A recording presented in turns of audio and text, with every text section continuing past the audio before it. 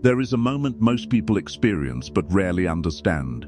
A moment when someone says something small, something careless, something disrespectful, and suddenly your emotions ignite. Your heartbeat accelerates. Your thoughts become sharp.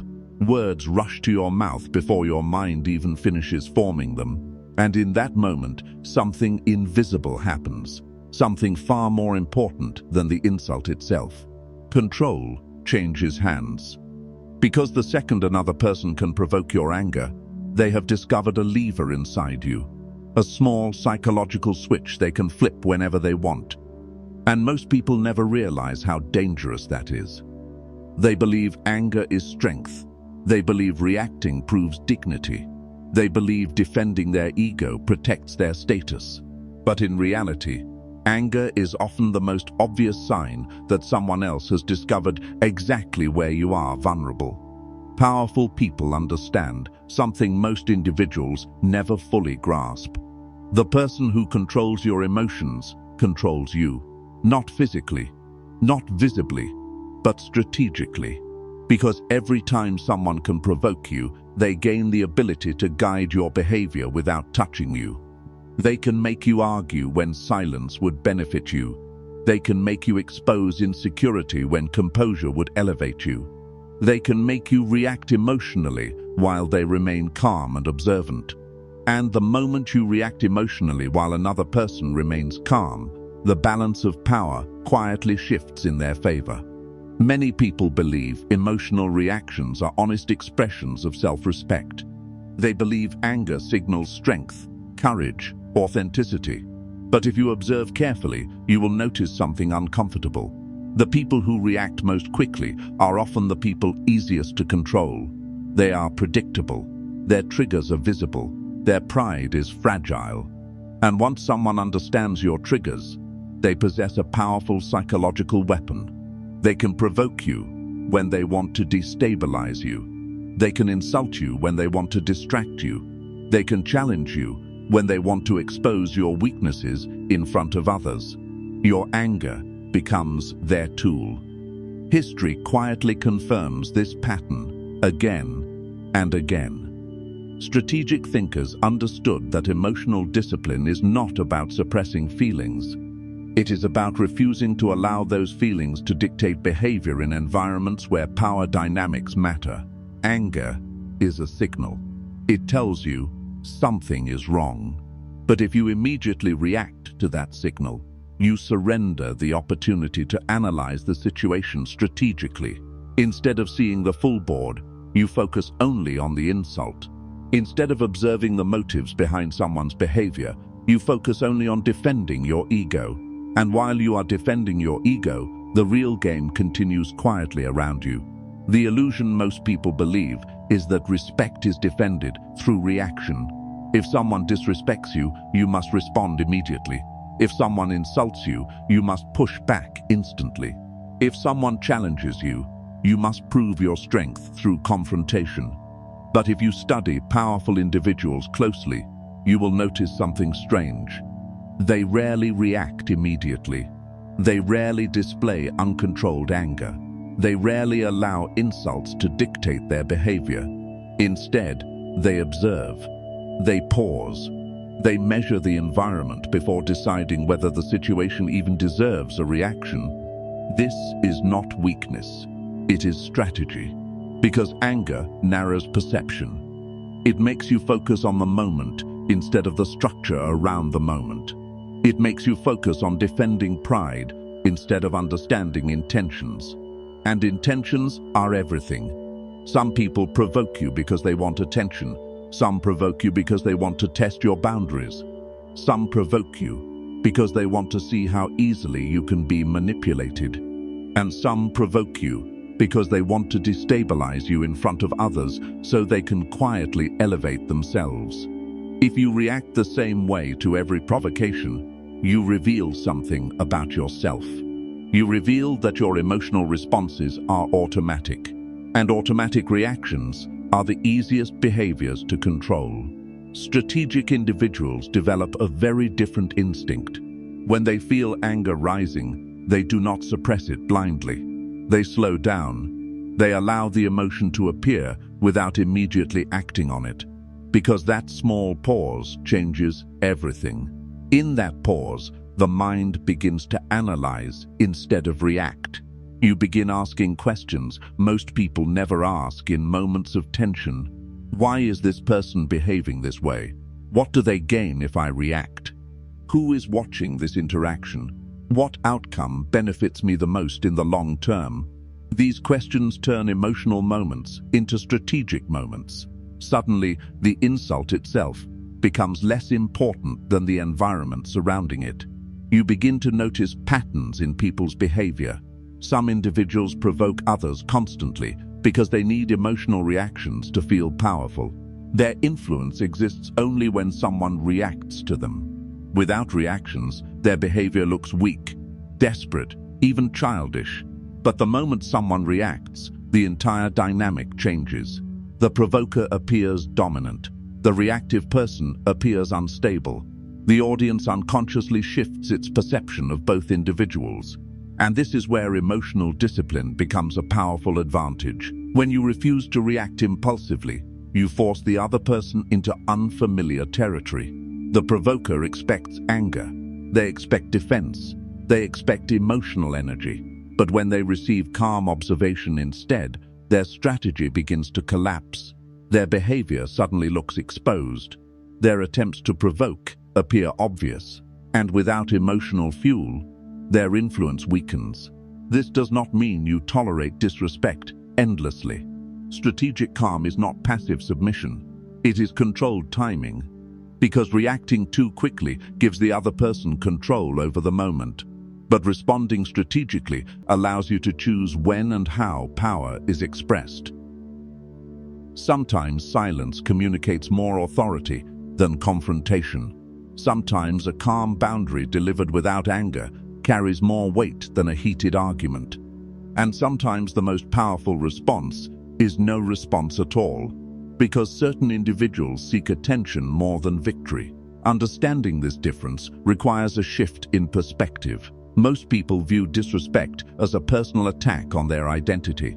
They experience it emotionally. But strategic thinkers view disrespect as information.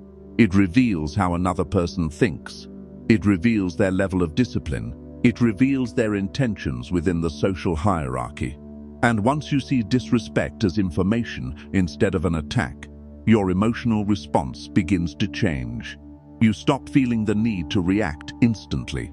You begin observing patterns. For example, when someone interrupts you repeatedly in conversation, many people immediately feel irritation rising. They interpret the interruption as a challenge to their status. They react defensively, raising their voice, forcing the conversation back toward themselves. But a calm observer notices something deeper. Interruptions often reveal insecurity. The person who interrupts constantly fears losing attention. They try to control the flow of conversation because silence makes them uncomfortable. Once you see this pattern, the interruption loses its emotional power. Instead of reacting with anger, you respond with calm control.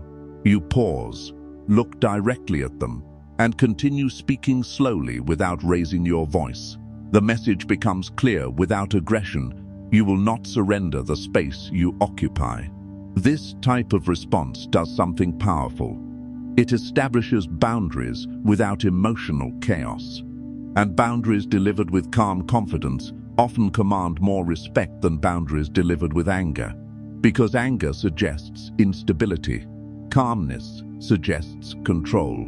Another pattern appears when someone uses sarcasm or subtle insults disguised as humor.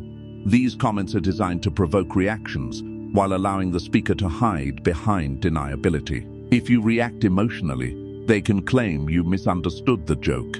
If you remain silent, they feel encouraged to continue. But a strategic response changes the dynamic. Instead of reacting emotionally, you calmly ask them to clarify their statement. You bring the comment into the open. And once their words are exposed clearly, the hidden insult loses its protection. They must either admit their intention or retreat. Moments like these reveal something about power dynamics that most people overlook. Authority is often determined by who controls the emotional temperature of the room. The person who remains calm while others become emotional naturally appears more stable, more confident, more influential. People trust composure. They gravitate toward individuals who appear emotionally grounded, and they instinctively question individuals who react impulsively to every provocation. This is why emotional discipline is not simply a personal virtue, it is a strategic advantage in social environments. When others cannot predict your emotional reactions, they cannot manipulate them easily. When insults fail to provoke you, the individuals who rely on provocation lose influence over you. And when you choose carefully when to respond and when to remain silent, your words begin carrying more weight. There is also a deeper psychological shift that occurs when you stop reacting impulsively. Your attention moves away from defending your ego and toward understanding human behavior. You begin noticing that most disrespectful behavior has little to do with you personally. It reflects the emotional state, insecurities, and ambitions of the person expressing it. The angry coworker, the sarcastic acquaintance, the dismissive stranger, each one reveals something about their own internal struggles. Once you recognize this pattern, anger loses much of its grip, because reacting emotionally to every insecure behavior you encounter would require endless energy.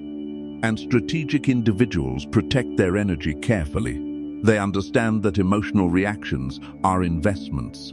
Every reaction costs attention, focus, and mental clarity. And giving those resources away carelessly weakens your ability to think clearly in situations that truly matter. This does not mean you become indifferent to everything. It means you become selective. You choose carefully when something deserves your attention. And this selectivity quietly changes how others perceive you. People begin noticing that their attempts to provoke you rarely succeed. They realize your emotional state is not easily disturbed. And once people understand they cannot control your reactions, they begin interacting with you differently. Because the person who cannot be easily angered becomes difficult to manipulate.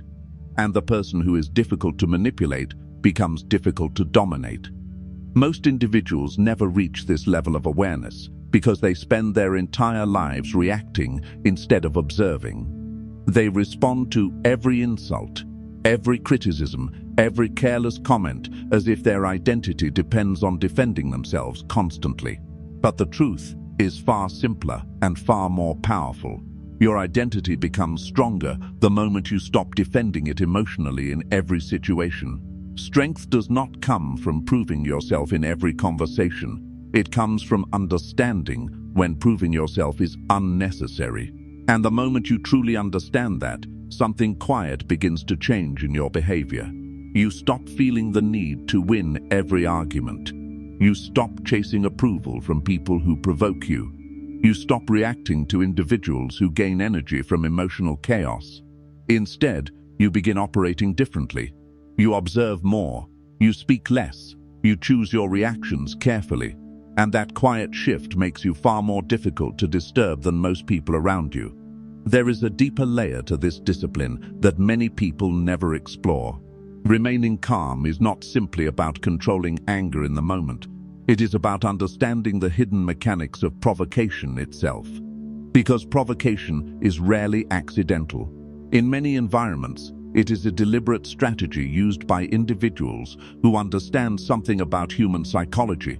Emotions are the easiest way to destabilize another person. Consider how often arguments escalate not because the issue itself is serious, but because someone deliberately touches an emotional trigger. A comment about competence, a remark about status, a suggestion that someone is being ignored or disrespected. These small signals activate something ancient inside the human mind. The brain interprets them as threats to social position. And once that perceived threat appears, many people react instinctively. Their focus shifts from understanding the situation to defending their pride. But strategic thinkers treat these moments differently. When they sense a provocation, they do not immediately move toward defense. Instead, they step back mentally, and examine the structure of the interaction. They ask a question most people never ask. Who benefits if I become angry right now? This question alone can dissolve the power of many provocations, because the answer is often obvious once you step outside the emotional reaction. The person provoking you benefits. They gain attention. They gain influence over the emotional atmosphere.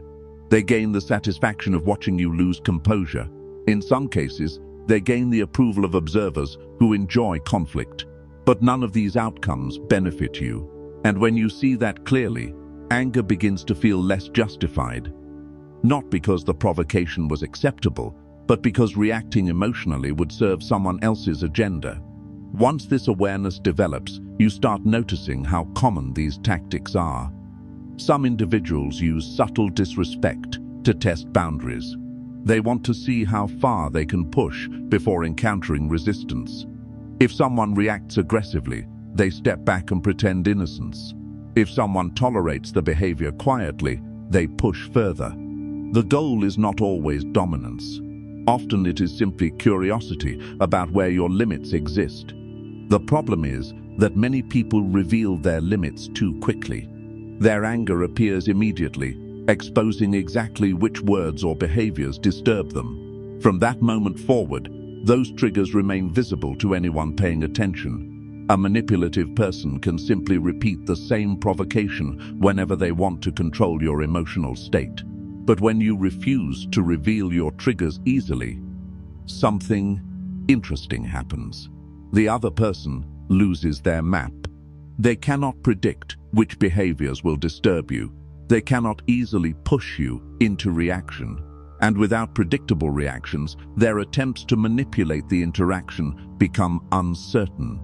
Uncertainty weakens manipulation. This is why individuals who remain emotionally composed often appear mysterious or intimidating to those who rely on provocation. The manipulator feels uncomfortable when they cannot read your emotional responses. They begin questioning their own behavior. They become cautious. And once caution appears in someone who previously relied on aggression or sarcasm, the balance of power shifts quietly. There is another important aspect of emotional discipline that most people overlook. When you stop reacting impulsively, you gain access to something extremely valuable: observation time.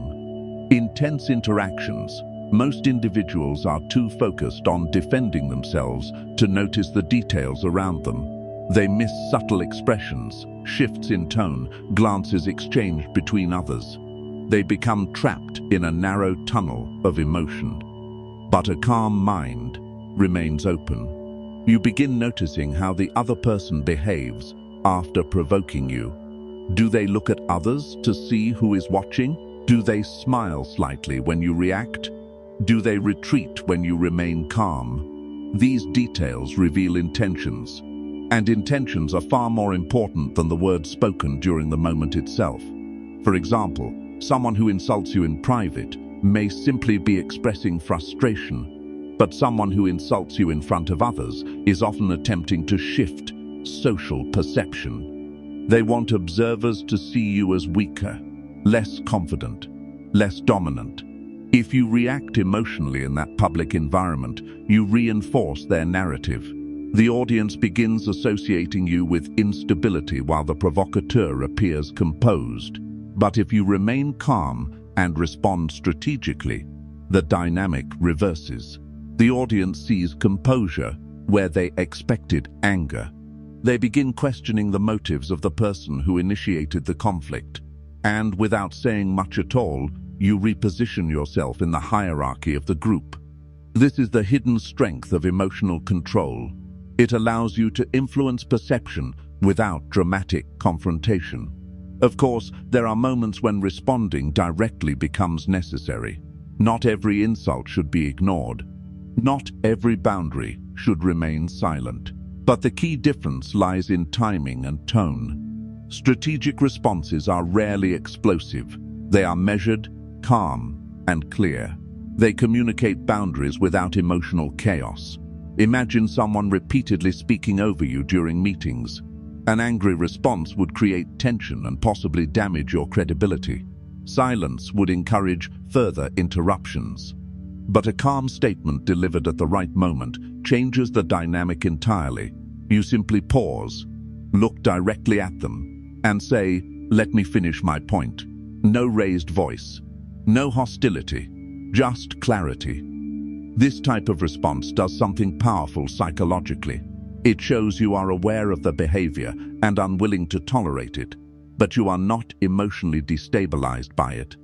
And that combination of awareness and composure often commands respect more effectively than anger. Over time, this approach begins shaping your reputation. People learn that provoking you rarely produces the reactions they expect. They realize your emotional state is difficult to disturb. And once that perception forms, something subtle changes in how others interact with you. They become more cautious. They choose their words more carefully. They recognize that emotional manipulation will not easily succeed. But the greatest transformation occurs internally. When you stop reacting impulsively, you reclaim mental space that was previously occupied by anger and resentment. Instead of replaying arguments in your mind for hours, you move forward quickly. Instead of feeling drained by every disrespectful encounter, you conserve energy for situations that truly matter. This shift creates a sense of psychological freedom. You realize that most provocations are temporary disturbances created by individuals seeking attention or influence. They lose power the moment you refuse to give them emotional energy. And gradually, something interesting begins to happen. The world starts looking different. You notice how often people react automatically to small irritations. You observe arguments forming over trivial comments.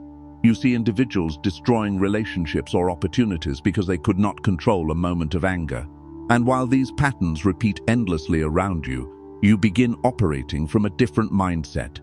You understand that emotional control is not about becoming cold or detached. It is about becoming deliberate. Every reaction becomes a conscious decision instead of an automatic reflex. And that deliberate mindset transforms the way you navigate complex social environments. Because the truth is simple. Even if most people resist accepting it, the individual who cannot control their anger becomes easy to control by others. But the individual who masters their reactions becomes difficult to manipulate, difficult to destabilize, and difficult to defeat psychologically. That does not mean life becomes peaceful or free of disrespect. Human nature ensures that conflicts will always exist. People will test boundaries, express frustration, compete for status, and sometimes behave irrationally. But when you understand the deeper mechanics of provocation, these behaviors lose much of their emotional power. They become signals rather than threats. And once you start interpreting them as signals, you gain the ability to choose your response carefully. Sometimes you address the behavior directly. Sometimes you set a quiet boundary. Sometimes you simply observe and allow the person to reveal more about themselves. But you no longer surrender control of your emotional state to strangers, co-workers, acquaintances, or critics.